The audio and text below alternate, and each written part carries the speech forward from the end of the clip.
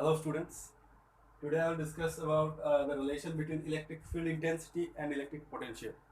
ठीक है, तो ये हमारा जो लेक्चर है, लेक्चर इलेक्ट्रोस्टैटिक का कंटिन्यूशन होगा, लेक्चर 15 होगा. ठीक है, तो today we are going to find an relation between electric field intensity and electric potential. तो इलेक्ट्रिक फील्ड इंटेंसिटी क्या है वो हमें पता है, वो चैप्टर 1 में हमने डिटेल्स में एनालिसिस किया हुआ है. और इलेक्ट्रिक पोटेंशियल भी अभी हम पढ़ रहे हो, तो इलेक्ट्रिक पोटेंशियल के बारे में भी हमें पता है. ठीक है, तो इन दोनों के बीच में जो रिलेशन होगा वो हम डिराइव करेंगे. एक एक्सप्रेशन होगा इसमें. तो चलो देखते हैं. तो डिराइवेशन जो है ना, उसके लिए एक फिगर में मैं बताता हूँ. लेट अस कंसीडर कि एक चार्ज है तुम्हारे पास, सोर्स चार्ज Q है. ठीक है, ये मान लो कि O पॉइंट पे है और यहाँ से दूर यहाँ पे कहीं पे एक पॉइंट ले रहा हूँ, मान लो कि A.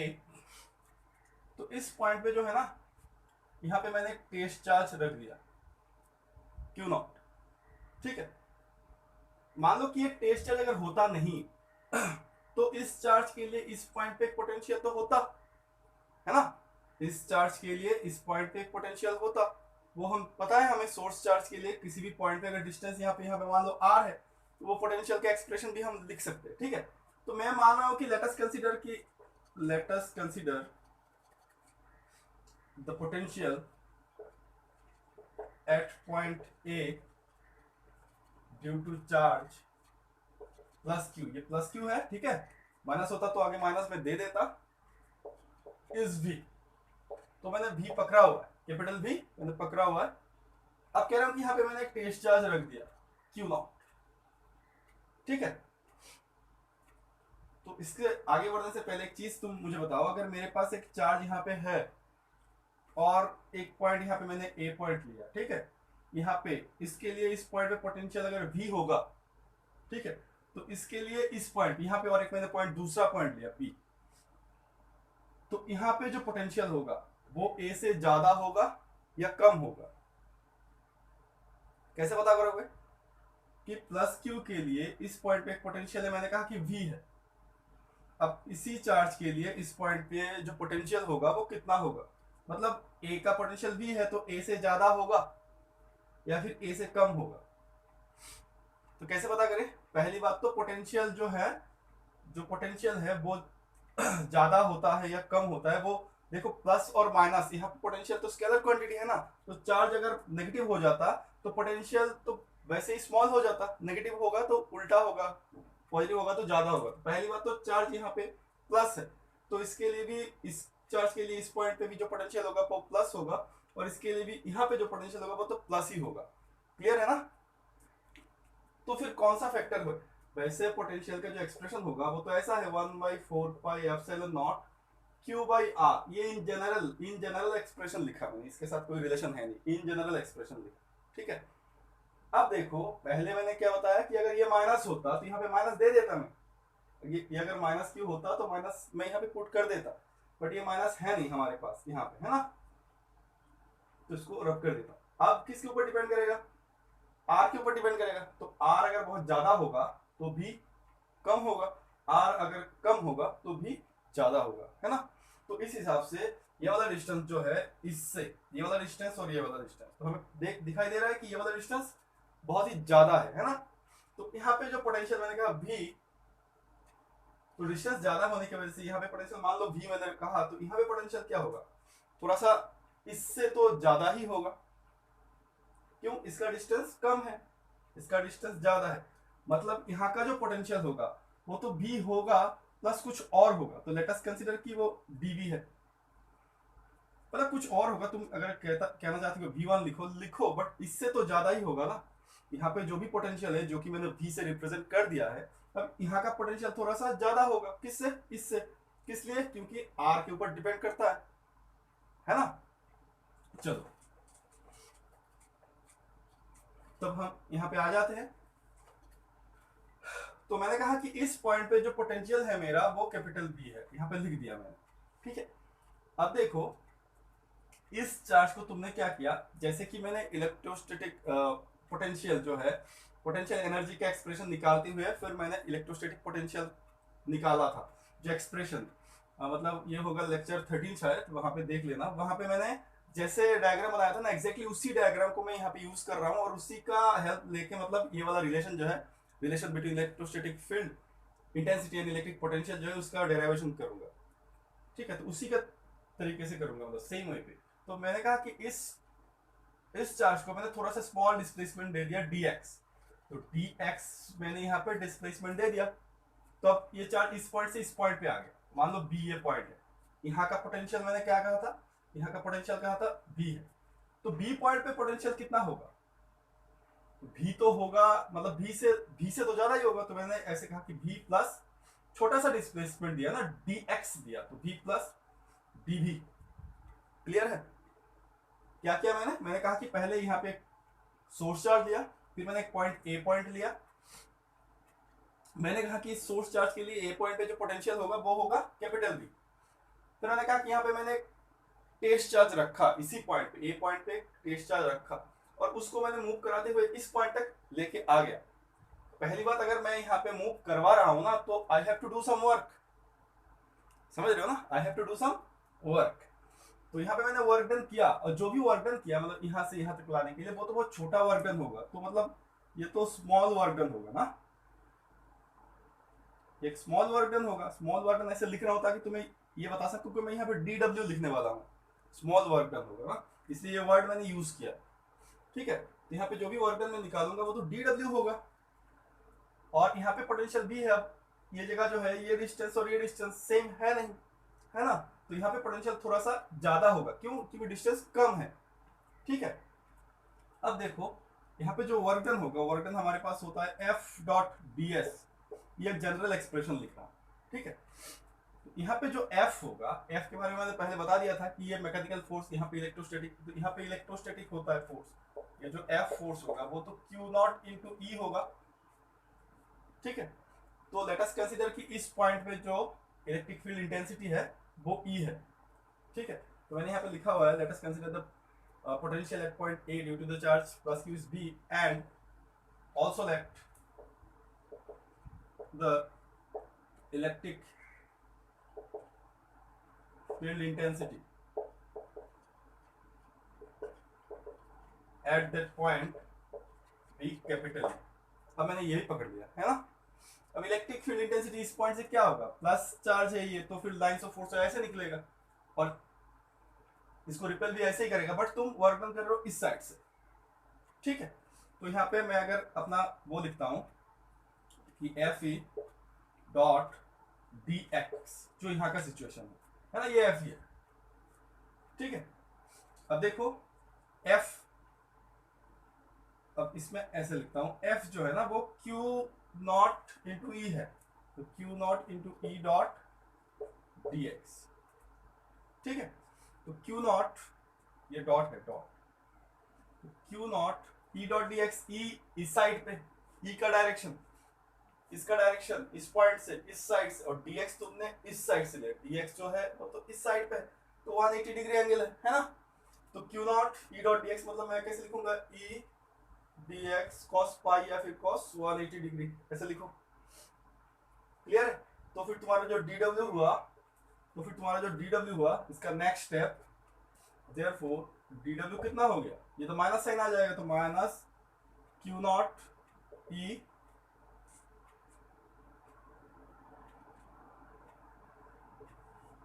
Minus Q not E और साथ में है तुम्हारे पास dx। तो ये तुम्हारे पास एक एक्सप्रेशन आ गया है, minus Q not E into dx। ठीक है, इतना समझ में आ रहा है?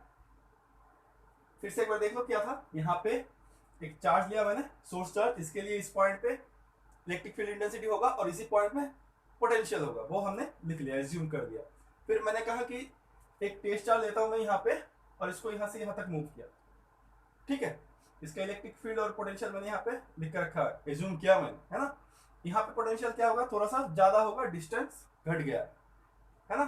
फिर क्या किया, मैंने कहा कि इस चार्ज को यहाँ से यहाँ लाए हो तो फिर एक वर्क डन करना पड़ेगा, बट वो जो वर्क डन होगा बहुत छोटा वर्क डन होगा, क्योंकि मैं मेंशन कर रहा हूँ कि बहुत स्मॉल डिस्प्लेसमेंट दिया मैंने dx।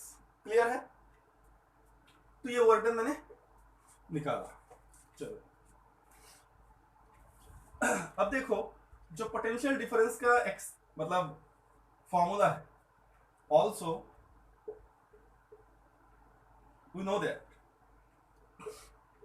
जो हमारे पास पोटेंशियल डिफरेंस होता है ना, वो क्या होता है, work done per unit test charge होता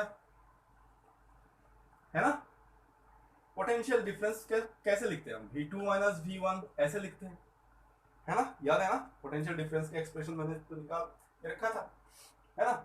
मैंने बताया था बहुत, 2 लेक्चर में मैंने ये बताया कि V1 जो होता है अगर तुम इंफिनिटी से लोगे तो V1 रहता नहीं, फिर V2 को हम V ही लिख देते हैं। बट अगर कोई रेफरेंस पॉइंट होता है, इंफिनिटी ना होके कोई एग्जिस्ट पॉइंट होता है, वहां से लेके तुमने कहीं और पे रखे हो तो V2 और V1 दोनों एग्जिस्ट करेगा। वो मैंने पिछले दोनों लेक्चर में बताया था, ठीक है। तो यहाँ पे भी वही चीज हम अप्लाई करने वाले हैं। मतलब मैं ये कहना चाहता हूँ कि यहाँ पे मेरे पास पोटेंशियल है, मैंने कहा था V, जो क्या होगा इस केस में V1 होगा, मतलब यहाँ पे V1 जो होगा वो है V, और V2 क्या है, V2 है V प्लस D, मतलब इस पॉइंट पे जो यहाँ से लेके तुमने यहाँ तक लाए हो ना, इंफिनिटी से तो नहीं लाए हो, तुम्हारे पास रेफरेंस पॉइंट दोनों सामने है, A और B है ना। तो यहाँ पे मैं क्या लिखूंगा, V2 के जगह पर लिखूंगा V प्लस DB, और V1 के जगह पे लिखूंगा V। क्लियर है, ये फिगर तुम ड्रॉ कर लो, मैं अभी रब कर रहा हूं क्योंकि मुझे लिखना तो है।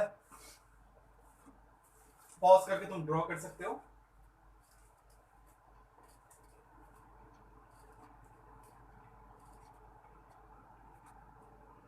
तो ये जो वर्क डन होगा ये तो स्मॉल वर्क डन होगा dw, और टेस्ट चार्ज है तुम्हारे पास Q0, ठीक है।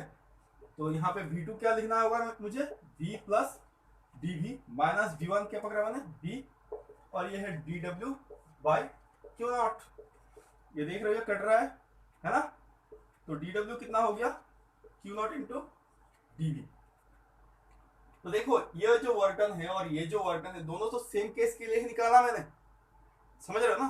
केस तो वही था कि तुम्हारे पास इस पॉइंट पे Q0 चार्ज है, इसको यहां से यहां तक लाए हो तुम Q0 चार्ज को A पॉइंट से B पॉइंट तक, और डिस्टेंस dx है।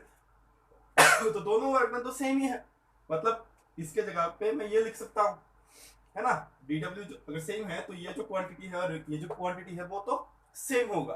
क्लियर है, तो अब तो प्रॉब्लम सॉल्व हो गया। तो देखो नेक्स्ट क्या लिखूंगा मैं, देयरफॉर ये अगर लिख रहे हो पूरा इलाबोरेटली, तुम ऐसे इसको इक्वेशन नंबर दे सकते हो 1, ये इक्वेशन 2 तुम ऐसे लिख सकते हो कि from equation 1 and 2 we have करके, ठीक है। मैं डायरेक्ट लिख रहा हूं, मैंने वैसे सेंटेंस अभी बता दिया तुम्हें, तुम लिख सकते हो। तो देयरफॉर हम क्या लिख सकते हैं, देयरफॉर ये जो Q0 dv है वो किसका इक्वल होगा, माइनस Q0 e dx का, ठीक है। तो ये अब रब कर दो।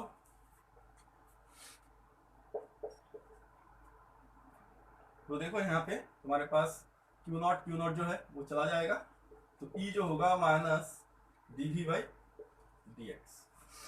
तो ये है तुम्हारे पास अल्टीमेट रिलेशन E और V का, मतलब इलेक्ट्रिक फील्ड इंटेंसिटी और इलेक्ट्रोस्टैटिक पोटेंशियल का, ठीक है। एक नेगेटिव साइन आ रहा है, ये नेगेटिव साइन जो होता है ना वो डायरेक्शन ऑफ इलेक्ट्रिक फील्ड के बारे में बात कर रहा है। इसका फिजिकल सिग्निफिकेंस क्या है नेगेटिव साइन का, मैं अभी दिखा रहा हूं। जैसे कि मान लो तुम्हारे पास यहाँ पे चार्ज था, सोर्स चार्ज, ठीक है ना, और ये वाला पॉइंट A था, ये वाला पॉइंट B था। अब एक कॉमन सेंस तुम लगाओ, इसका जो इलेक्ट्रिक फील्ड होगा वो उसका डायरेक्शन कैसा होगा, ऐसे होगा, ठीक है। तो ये नेगेटिव साइन इंडिकेट कर रहा है कि इलेक्ट्रिक फील्ड का जो डायरेक्शन है ना वो पोटेंशियल उस डायरेक्शन में डिक्रीज कर रहा है। इसका मीनिंग क्या है, मतलब यहाँ पे पोटेंशियल मान लो V1 है, ठीक है। इस चार्ज के लिए इस पॉइंट पोटेंशियल मैंने कहा कि V1 है, तो यहाँ पे पोटेंशियल जो V2 होगा, ऑब्वियसली जो V2 होगा वो लेस देन V1 होगा। क्लियर है, समझ रहे हो ना। क्यों, डिस्टेंस के बारे में बात करोगे ना तुम, डिस्टेंस यहाँ पे ज्यादा है तो कम होगा। फिर यहाँ पे एक पोटेंशियल लो, मान लो V3, एक पॉइंट ले लो C, तो फिर ऐसा होगा कि V3 जो है वो V2 से भी छोटा है, V1 से भी छोटा है ना। यहाँ पे एक पॉइंट लोगे, मतलब जितना तुम आगे बढ़ते जाओगे इलेक्ट्रिक लाइंस ऑफ फोर्स ऐसे जा रहा है, निकल रहा है, और उस डायरेक्शन में तुम अगर पोटेंशियल डिटरमाइन करते रहोगे तो वो तो डिक्रीज करेगा। तो इसका फिजिकल सिग्निफिकेंस यही है कि the direction of the electric field intensity such that, मतलब ये अलोंग द डिक्रीजिंग पोटेंशियल के डायरेक्शन में इलेक्ट्रिक फील्ड जा रहा है। इलेक्ट्रिक फील्ड का डायरेक्शन जो है वो डिक्रीजिंग पोटेंशियल के डायरेक्शन में जा रहा है, ठीक है। तो यहाँ पे इसका मीनिंग यही है कि तुम्हारे पास जो इलेक्ट्रिक फील्ड इंटेंसिटी होगा, ये नेगेटिव साइन जो होगा वो ये कह रहा है कि इलेक्ट्रिक फील्ड इंटेंसिटी के डायरेक्शन में अगर तुम पोटेंशियल देखोगे तो वो डिक्रीज करता हुआ दिखेगा। ठीक है, वैसे हम इसको मैग्नीट्यूड में ऐसे ही लिखते हैं dv बाई dx। मैं ये लिख रहा हूँ इसलिए क्योंकि ये बहुत ज़्यादा यूज़ करने वाला हूँ इस चैप्टर में, बहुत रैंडमली यूज़ होगा। जब हम कैपेसिटर स्टडी करेंगे तभी ये सब चीज़ें लगेगा। ठीक है, अब मैं एक चीज़ और बताना चाहता हूँ कि जैसे कि तुम्हारे पास ये इक्वेशन है E equal to minus d v by d x, तो एक चीज़ मैं यहाँ पे ये मेंशन करना चाहता हूँ कि देखो जो मैंने इन टर्म्स ऑफ एक्सिस बताऊँ तुम्हें, इन टर्म्स ऑफ एक्सिस बताओ ना, तो मैं ये जो मेरे पास सोर्स चार्ज था और ये टेस्ट चार्ज था, तो ये देखो ये अगर मेरा एक ही एक्सिस होगा, है ना, वन डायमेंशनल केस हो गया, तो जरूरी नहीं कि ये वाला जो टेस्ट चार्ज है वो एक्स एक्सिस में ही रहे। तो ऐसा भी सिचुएशन हो सकता है कि एक्स वाई ये स्पेस में कहीं पे हो, उसके लिए भी रिलेशन निकलेगा। ठीक है, तो एग्जाम में अगर हमारे पास क्वेश्चन आता है तो हम यही डिराइवेशन करेंगे। बस मैं तुम्हें ये मेंशन करवा रहा हूँ कि अगर स्पेस में होगा तो हम ऐसे लिख देंगे E equal to minus d v by d r. मतलब हम ऐसे कह सकते हैं कि सिमिलरली वाई एक्सिस के लिए हमारे पास d v by d y निकलेगा, जेड एक्सिस के लिए d v by d z निकलेगा, तो अल्टीमेटली हम E equal to minus d v by d r लिख सकते हैं। ठीक है, तो उसके लिए डेरिवेशन करने की जरूरत है नहीं, बट अगर तुम एनसीईआरटी को फॉलो कर रहे हो ना, तो एनसीईआरटी में देखना कि इक्विपोटेंशियल सरफेस देके डिराइव किया हुआ है। तो इक्विपोटेंशियल सरफेस यहाँ पे मैंने डिस्कस नहीं किया, बट अभी मैं कर दूंगा इक्विपोटेंशियल सरफेस क्या है। तो अगर मैं इक्विपोटेंशियल सरफेस क्या बता देता हूँ तो तुम एनसीईआरटी से खुद अगर पढ़ना चाहते हो पढ़ सकते हो, या फिर मैंने जो किया वो भी तुम फॉलो कर सकते हो, सेम है। बट एनसीईआरटी में शायद ऐसा ही डिराइव करके दिया है, डायरेक्ट तो स्पेस में लिया हुआ है। ठीक है, तो it is up to you कि तुम कौन सा फॉलो करोगे, दोनों करेक्ट है। ठीक है, मैंने बता दिया कि अगर तुम्हारे पास, जैसे कि एक प्रॉब्लम करता हूं तो तुम समझ जाओ। मान लो कि तुम्हारे पास एक पोटेंशियल है। ठीक है, पोटेंशियल ऐसा है, पोटेंशियल है तुम्हारे पास v equal to 10x square plus 5y square minus 3z square. तो ये तुम्हारे पास गिवन है, तब तुम समझ रहे हो ना पोटेंशियल जो है x y z तीनों एक्सिस में है ना, और तुम्हें कह रहा है कि इतना वोल्ट है, ये इतना वोल्ट। ठीक है, और तुम्हें कह रहा है कि तुम्हें इलेक्ट्रिक फील्ड इंटेंसिटी जो है ना उसको निकालना है, but at point -1 metre, 2 metre और 3 मीटर। अब कैसे करोगे? तो क्वेश्चन ये है कि electric field intensity in points में कैसे होगा। समझ रहे हो ना, जो मैंने डेरिवेशन किया अब क्लियर हो जाएगा। अब जो मैंने डेरिवेशन किया वो तो dv बाई dx वाला है माइनस ई, है ना, तब तो मैंने सिर्फ एक्स एक्सिस ही लिया हुआ है ना, तो ये वाला जो प्रॉब्लम है ये तो ये इंडिकेट कर रहा है कि इसमें dv बाई dr होगा, है ना। तो चलो इस प्रॉब्लम को सॉल्व ही कर लेते हैं। हमारे पास एक सिचुएशन है कि potential is given by this one, और हमें इलेक्ट्रिक फील्ड इंटेंसिटी इस पॉइंट्स पे निकालना है। तो मीटर दिया हुआ है, सेंटीमीटर दिया हुआ है नहीं, तो ठीक है यूनिट, और ये वोल्ट दिया हुआ है। ठीक है ना, तो हम क्या लिखेंगे, हमें जो पता है कि we know that E equal to minus dv by dr। ठीक है, तो ये हमें पता है ये रिलेशन। तो इसमें से हम इसके लिए ऐसे निकालेंगे, देखो कि अगर मुझे Ex निकालना हो तो माइनस dv बाई dx कर लूंगा। क्लियर है ना, तो dv बाई dx कितना हो, माइनस ddx ऑफ v इतना है पूरा। यहाँ पे मैं ex के लिए पूरा कर रहा हूँ, ey के लिए शॉर्टकट में कर दूंगा। तो v जो है v पूरा लिखो 10x square plus 5y square minus 3z square. वैसे पूरा लिखने का कोई फायदा होगा नहीं, क्योंकि x के साथ x उसी का डिफरेंशिएशन होगा और yz का डिफरेंशिएशन होगा नहीं। तो क्या होगा इसमें आंसर ex का, therefore ex equal to minus, ये माइनस है, और तुम्हारे पास ddx ऑफ 10x स्क्वायर। ठीक है, बाकी का कुछ होगा नहीं, है ना। ये रख कर दूं, ये वैल्यूज मुझे चाहिए होगा, इसको अलग से रखता हूं। तो इसका डिफरेंशिएशन तुम कर पाओगे, माइनस है इंटू 2 है और ये x होगा। ठीक है, तो -20 हो गया, और x तुम्हारे पास जो दिया हुआ था e क्या था, -1 मीटर, 2 मीटर और 3 मीटर। तो x ही है, x का वैल्यू तुम लिखोगे यहाँ पे -1, तो ये हो जाएगा +20। और क्या होगा यूनिट, देखो इलेक्ट्रिक फील्ड इंटेंसिटी का यूनिट तुम्हें यहाँ से क्या मिलता है, वोल्ट। पर यूनिट मीटर, है ना। तो इसको भी लिख सकते हो, ये नया यूनिट है तुम्हारे पास, अब ये एक नया यूनिट है, तो वोल्ट पर मीटर ये लिख सकते हो, ये वाला यूनिट तुम इलेक्ट्रिक फील्ड इंटेंसिटी का। अगर तुम पहले वाला यूनिट लिखना चाहते हो कि न्यूटन पर कूलम, वो भी करेक्ट है, ठीक है। तो इस हिसाब से यूआई कितना होगा, यूआई अगर मुझे निकालना है, यूआई अगर मुझे निकालना है तो यहाँ पे मैं क्या लिखूंगा, वाई, है ना। एक को मैंने पूरा कर दिया तो इसको शॉर्टकट में कर लेते हैं। तो यूआई जो होगा minus d d y of, सिर्फ इसका ही होगा, फाइव वाई स्क्वायर, है ना। तो देख लो क्या होगा, यहाँ पे -5 हो जाएगा और ये होगा 2y, तो ये 10 हो गया तुम्हारे पास, और इंटू वाई, वाई पॉइंट क्या है 2, तो ये तुम यहाँ पे 2 लिखोगे, है ना। 5 2 जा क्या लिख दिया, 20 लिख दिया, ये 10 होगा, 10 और माइनस साइन है, और y जो है y का वैल्यू है 2, तो 20 हो रहा है यहाँ पे -20। यूनिट क्या होगा इसका भी, volt per metre. At the same time मैं कह रहा हूँ कि न्यूटन पर कूलम तुम लिख सकते हो, है ना। EZ भी तुम निकाल पाओगे, कर दो। तो EZ कितना होगा, ये रफ कर दो। EZ होगा तुम्हारा, EZ जो होगा माइनस dV बाई dz, सिर्फ z कंपोनेंट जो होगा उसी का डिफरेंशिएशन होगा। तो माइनस यहाँ पे पहले से ये माइनस है तो प्लस हो जाएगा, तो 3z स्क्वायर, ये dz हो गया, ये 6z हो रहा है ना, 6z हो रहा है, तो 6 हो रहा है और z, और 6 इंटू ये हो गया 3 पॉइंट जो है z 3 है, तो ये 18 हो गया तुम्हारे पास वोल्ट पर मीटर। तो ये तुम्हारा आंसर है, मतलब each component of electric field intensity तुमने निकाल दिया। तुम्हें इलेक्ट्रिक फील्ड इंटेंसिटी निकालने के लिए कहा वो सब पॉइंट्स पे, तो तुमने वो सब पॉइंट्स पे इंडिविजुअली इलेक्ट्रिक फील्ड इंटेंसिटी निकाल दिया। क्लियर है, चलो। तो ये प्रॉब्लम मैंने इसीलिए बताया कि जो है मैंने जो डेरिवेशन किया ना वो एक एक्सिस के लिए किया। एग्जाम में अगर क्वेश्चन आ रहा है तो वो करेक्ट होगा। तुम एनसीईआरटी से करना चाहते हो तो कर सकते हो, बट अभी मैं तुम्हें वो बता रहा हूँ कि इक्विपोटेंशियल सरफेस क्या है, क्योंकि एनसीईआरटी में तुम्हें इक्विपोटेंशियल सरफेस से डिस्कस किया हुआ डेरिवेशन मिलेगा।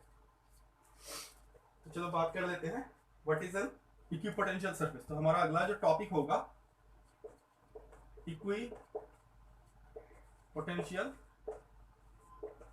सरफेस, ठीक है। तो इक्विपोटेंशियल ये जो मीनिंग है ना वो समझ में आ रहा है कि इसका डेफिनेशन क्या होगा। एक सरफेस होगा और इक्विपोटेंशियल, उस सरफेस का पोटेंशियल सेम होगा, ऐसा ही होगा उसका डेफिनेशन। ये लिटरली मतलब यहाँ से समझ में आ रहा है। तो चलो फिर भी हम समझने की कोशिश करते हैं। मान लो मेरे पास एक सोर्स चार्ज है, ठीक है। तो इस सोर्स चार्ज के लिए मैंने एक पॉइंट यहाँ पे लिया P पॉइंट, जो कि इससे R डिस्टेंस पे है, समझ रहे हो। तो यहाँ पे पोटेंशियल कितना होगा, तो तुम कहोगे V जो होगा वो होगा 1/4 पाई एप्सिलॉन नॉट, और Q बाई R ये होगा इस पॉइंट पे, ठीक है ना।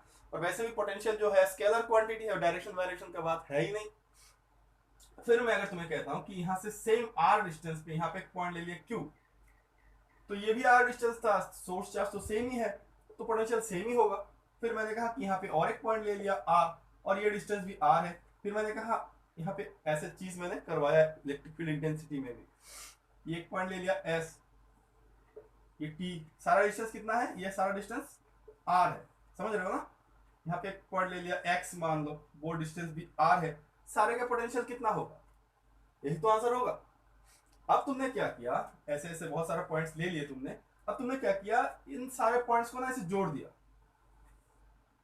क्लियर है। अब मैं इसको अगर रफ कर दूं, अगर मैं अब इसको रफ कर दूं तो अब दिखाई दे रहा है कि यहाँ पे मेरे पास सेंटर में मेरे पास सोर्स चार्ज था और सेंटर से ये डिस्टेंस, अब तो ये सर्कल हो गया ऐसे, है ना। वैसे स्फीयर होगा, सर्कल तो होगा नहीं, स्फीयर होगा, क्योंकि यहाँ पे चार्ज होगा तो चारों ओर से तुम मतलब कवर अप करोगे ना, समझ रहे हो ना, सिर्फ ऐसे गोल नहीं करोगे, है ना। स्फीयर होगा वैसे, ये एक स्फीयर हो गया हैविंग रेडियस r, और इस पॉइंट पे पोटेंशियल अगर मैं भी कहूं, इस पॉइंट पे पोटेंशियल अगर मैं भी कहूं इस चार्ज के लिए, इस पॉइंट पे कितना होगा, वो भी तो भी होगा। क्यों, क्योंकि पोटेंशियल जो है वो तो इस क्वांटिटी और इस क्वांटिटी के ऊपर डिपेंड कर रहा है। ये वाला क्वांटिटी चेंज नहीं हो रहा, ये वाला क्वांटिटी भी चेंज नहीं हो रहा, है ना, और ये तो कांस्टेंट ही है, समझ गए हो तुम। तो अब मैंने एक हाइपोथेटिकल सरफेस बना लिया, एक हाइपोथेटिकल सरफेस बनाया और इस सरफेस का कोई भी पॉइंट अगर मैं ले रहा हूं, सारा पॉइंट्स पे मुझे क्या दिखाई दे रहा है कि पोटेंशियल जो है सेम ही है, वैल्यू चेंज नहीं हो रहा। क्लियर है ना? तो इस तरीके का जो सरफेस होगा हमारे पास, उस सरफेस को हम इक्विपोटेंशियल सरफेस कहेंगे। Got it? इसका मतलब अगर मेरे पास एक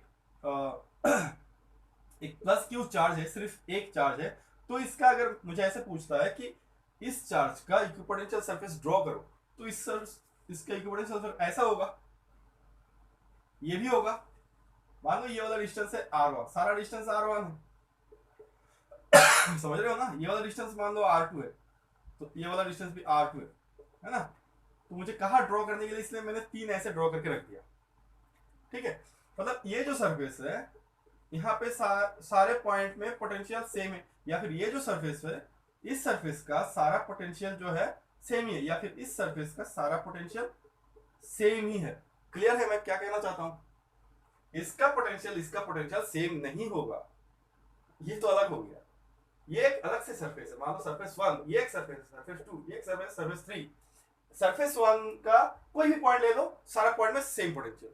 सरफेस 2 में कोई भी पॉइंट ले लो, सारा पॉइंट में सेम पोटेंशियल, है ना? तो ये ऐसा है कि इक्विपोटेंशियल सरफेस वो वाला सरफेस है जिस सरफेस का किसी भी पॉइंट पे अगर तुम पोटेंशियल देखते हो तो वो सेम होता है। तो इन सरफेसों का कुछ प्रॉपर्टीज होता है इक्विपोटेंशियल सरफेस का, तो हम थोड़ा सा जानने की कोशिश करते हैं कि इक्विपोटेंशियल सरफेस का जो प्रॉपर्टीज है वो क्या है। ठीक है, तो मान लो मेरे पास एक प्लस क्यू चार्ज है, तो इसका इक्विपोटेंशियल सरफेस तो स्फेरिकल बनेगा, है ना? तो पहले मैं इक्विपोटेंशियल सरफेस बनाता नहीं। ठीक है, मैं तुमसे ये पूछता हूँ कि चैप्टर 1 में जो तुमने सीखा कि प्लस क्यू चार्ज के लिए जो इलेक्ट्रिक लाइंस ऑफ फोर्सेस है वो कैसे निकलता है, तो तुम कहोगे कि इससे सिर्फ निकलेगा, ऐसे करके निकलेगा, है ना? याद है ना?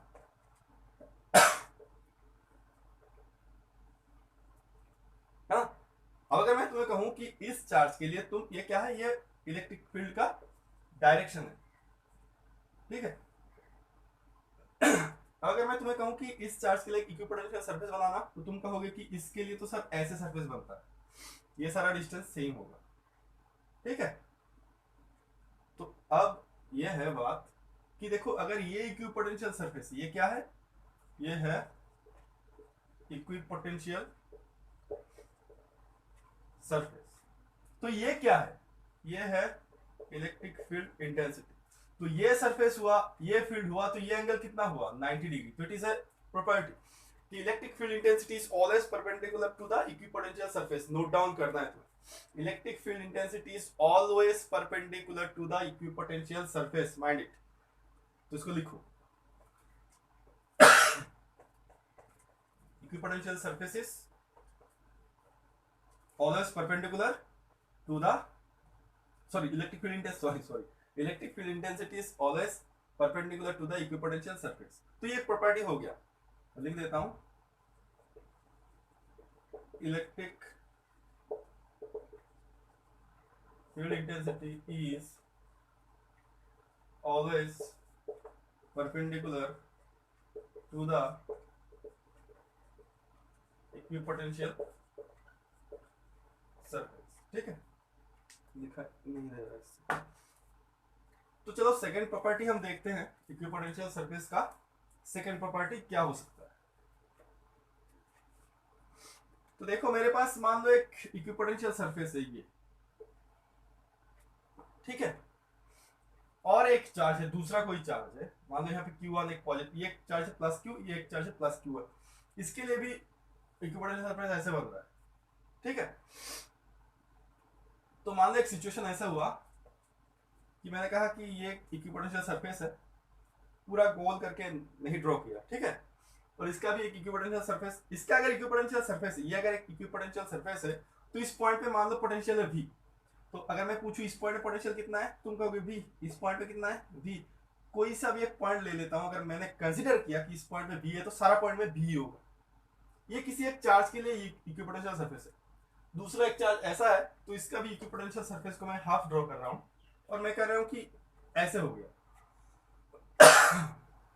ये मान लो Q1 जो चार्ज था, इसका इक्विपोटेंशियल सरफेस आधा ड्रॉ किया है ना, और ये क्यू चार्ज के लिए। अब मैं देखो दोनों चार्ज तो अलग अलग था, दोनों चार्ज तो अलग अलग था, तो इसके लिए इसका पोटेंशियल मैं मान रहा हूं कि ये V है तो ये V1 है, तो इस पॉइंट में पोटेंशियल भी V1 होगा, इस पॉइंट में पोटेंशियल भी V1 होगा।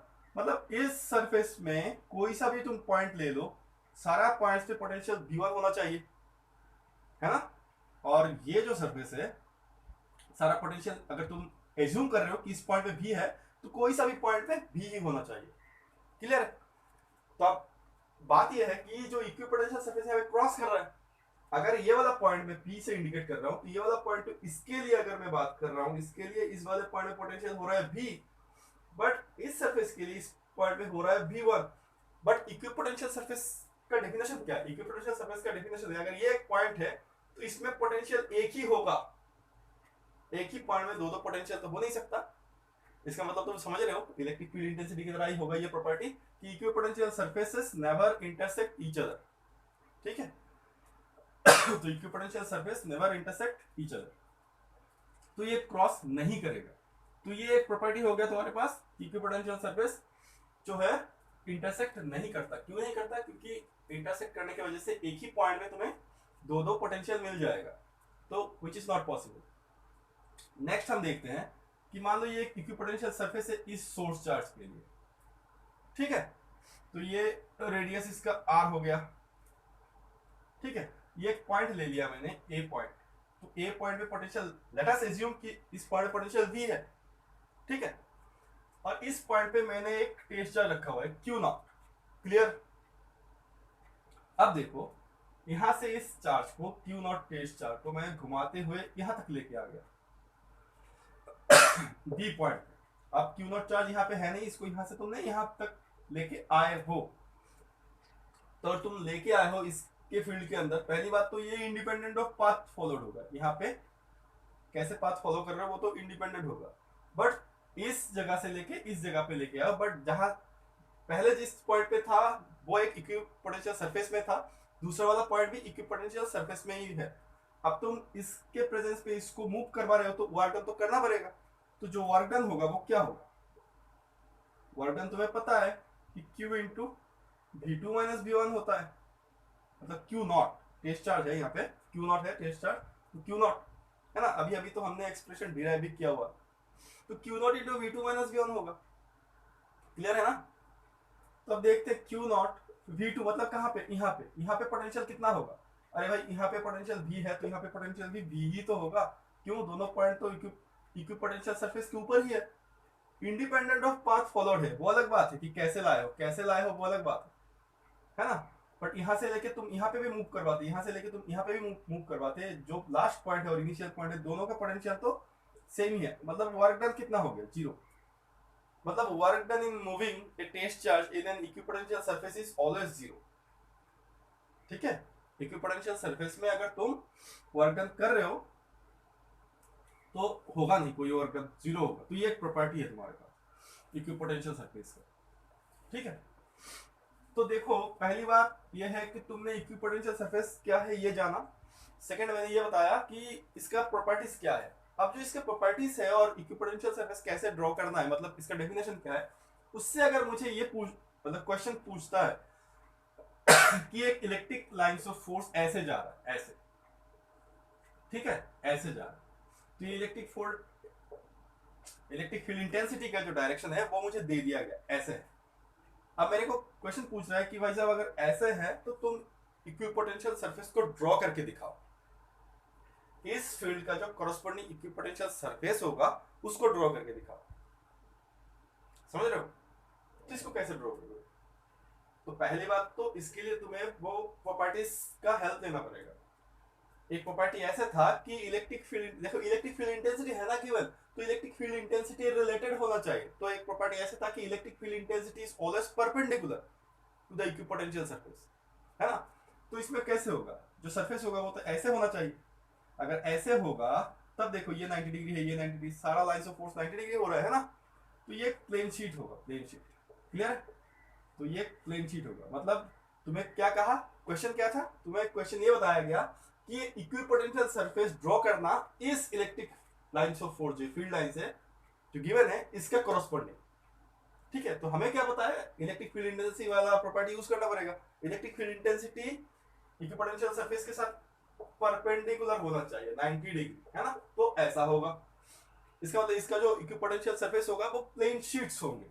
क्लियर है? चलो, अब जो मैं बताना चाहता हूं वो ये है, तुम ये करना कि तुम्हारे पास एक प्लस क्यू चार्ज है और यहाँ पे भी एक प्लस क्यू चार्ज है, ठीक है। तो इस सिस्टम के लिए इक्विपोटेंशियल सरफेस तुम्हें ड्रॉ करना, ये तुम्हारा होमवर्क है।